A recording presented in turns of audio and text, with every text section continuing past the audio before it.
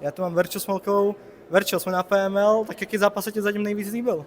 Tak akože najviac sa mi páčil tento zápas, čo bol Dan Ligocký, ale ja sa aj tak najviac teším na hlavný zápas na Petra Kučika. Ale aj teraz, čo ide zápas vlastne Luky Antal proti Davidovi Zambagovi, tak akože tam budem letieť, aby som to videla.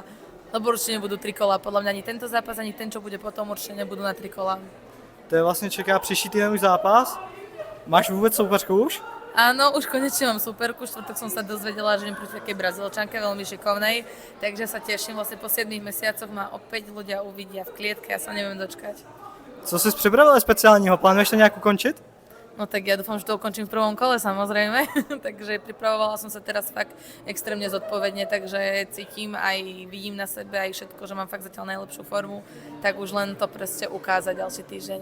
Na domácí půdě v Bratislavě, tak jak moc na tu arénu těšíš? Ja sa teším extrémne, tým, že to je v Bratislave, tak príde fakt, že celá moja rodinka a hlavne premiéru moju v Bratislave som nemala veľmi šťastnú, takže verím, že teraz to zoberiem víťazne. Super, já ti děkuji a přeji hodně štěstí. Ďakujem aj ja za vás.